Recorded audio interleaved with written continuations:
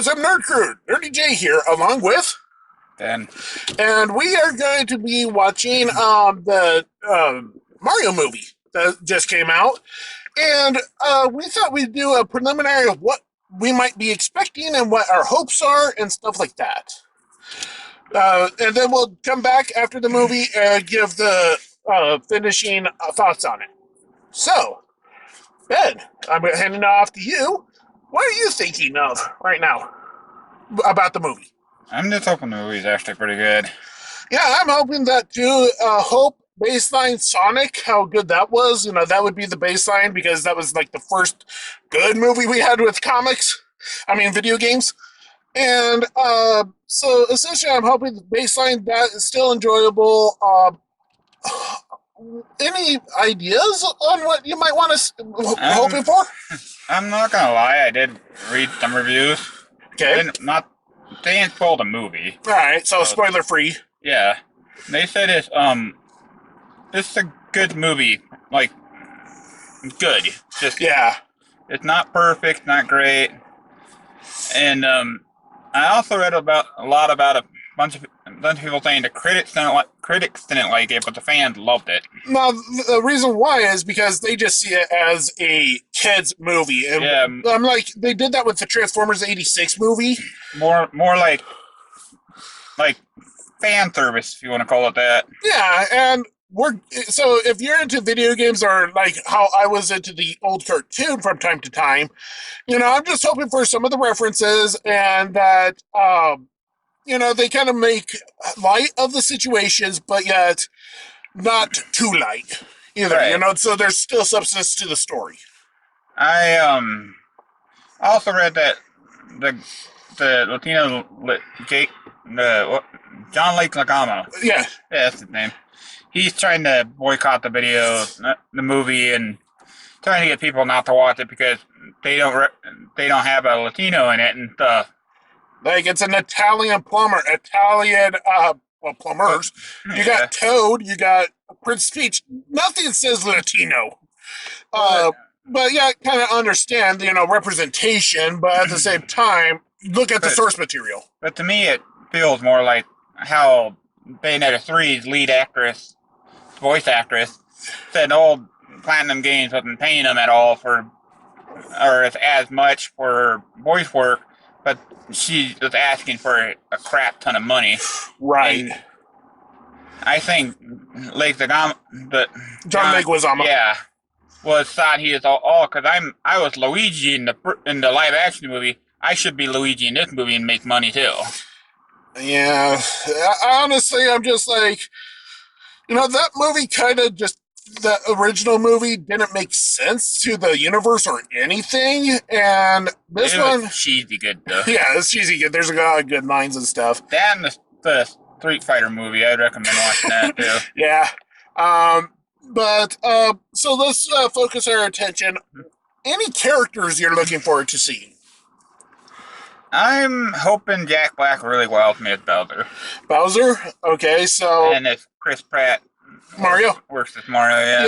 Yeah, from what I've heard, a lot of fans don't even like understand where they're going with this character of Mario.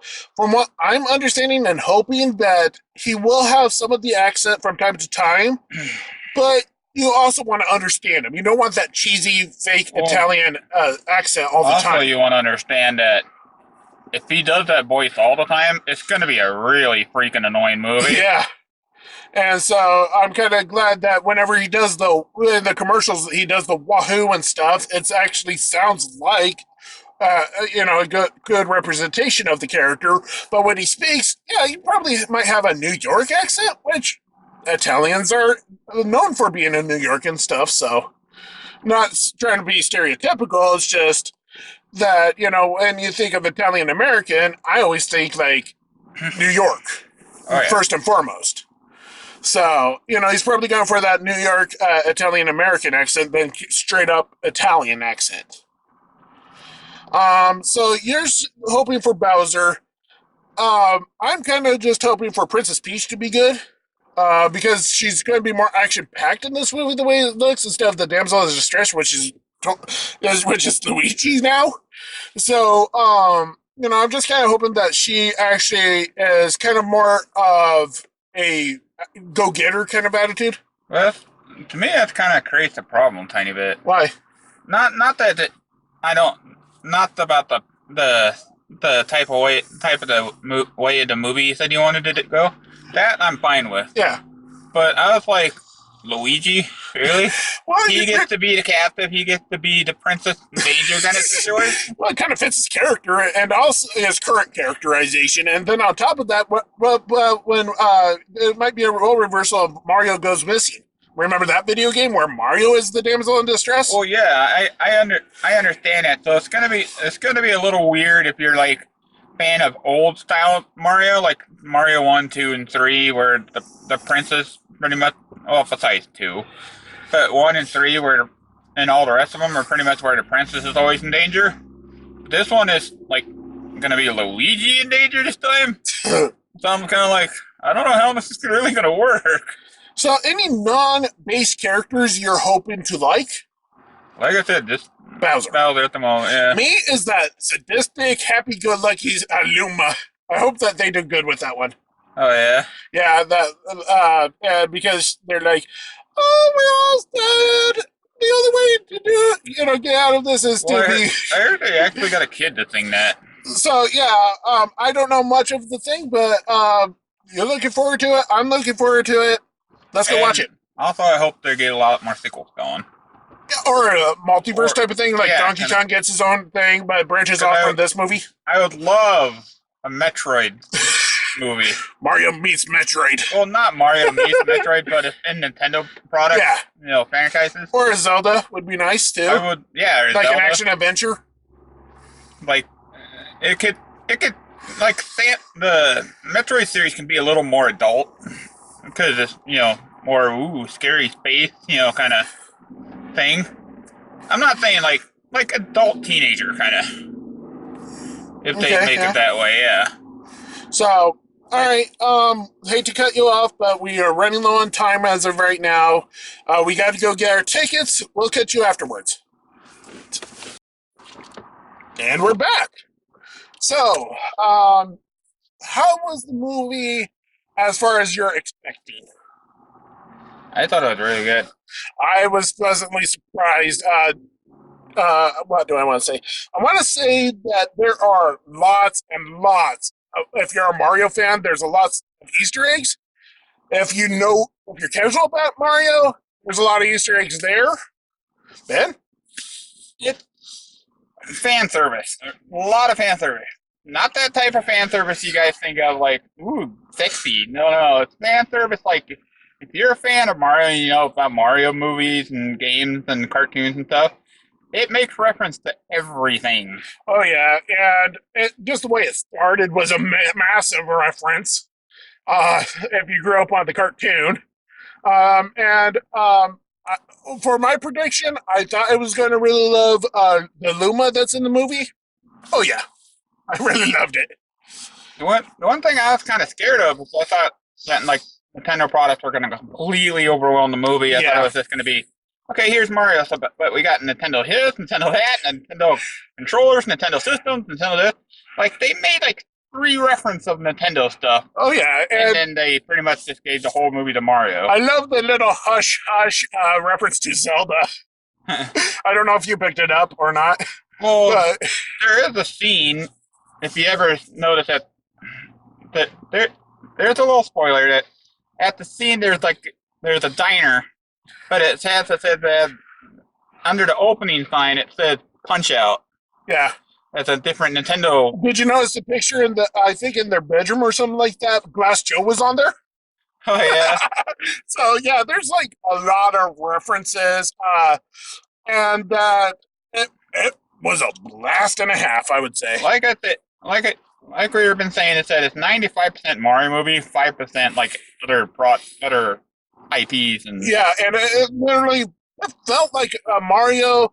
If he were to go into other realms too, and it just worked really well. It worked as a whole, and it wasn't like, oh, this is just a video game movie. There's no thought into it, like most times. No, they put a lot of thought into the story itself.